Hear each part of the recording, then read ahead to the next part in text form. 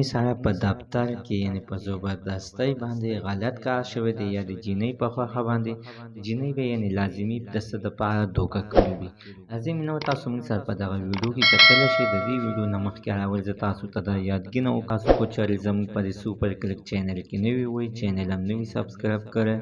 مهرباني وکړئ تاسو زموږ د سوپر کلیک چینل د سره سبسکرایب کړئ خوا کې سره د ټل چې هر یوه نوې معلوماتي ویډیو تاسو ته په اسانۍ باندې عزتمنو نن سبا داسې وخت دی چې یعنې څوک چې د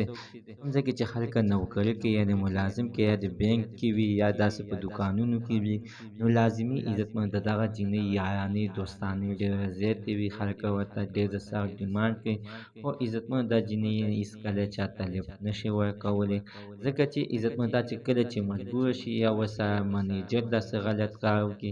یا عزتمنو داسې څه نور څه داسې څه مخې ته راشي نو دغه جینۍ مجبوره شي د ډېرې مجبورۍ نه ورته بیا یعنې غاړه کېږدي یا پیسو ته ضرورت شي. خو عزتمنو چې دا کومه یوه چې زه تاسو سره د تصویر شروع کوم نه ویلې کېږي چې دا یعنې د افغانستان یا د پاکستان د هر ځای ده خو کار یعنې ښه نه ده شوی ځکه چې عزتمنو د دې جینۍ زندګي یعنې خرابه شوله د دې جینۍ زندګي یعنې مکمل خرابه شوله د دې جینۍ زندګي عزتمنو یعنې لیلام شوله دې عزت لیلام شولو دې سره لوبې وشولې خو دا کو چېرته کې ځان نور زندګي سازي نو عزتمنو دې ته یعنې څوک د واده دپاره غاړه خو هم نه ږدي چې یعنې دا خو مخکې استعمال شوي خو هم ده. عزتمنو زموږ د دې ویډیو مقصد همدا ده چې دغه جینکو ته دی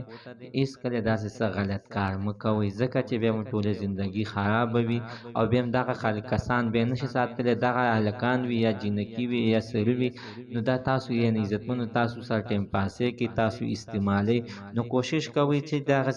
داسې هلکانو د ځان هېڅکله په ګوتو باندې مه ورکوئ. زموږ وروسته عزتمنو ته نن ورځ معلومات د دې ځای پورې د نوي معلومات دپاره د سره زموږ د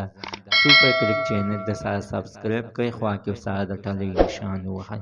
چې هر یوه نوې معلوماتي ویډیو تاسو ته په اسانۍ باندې در ورسي.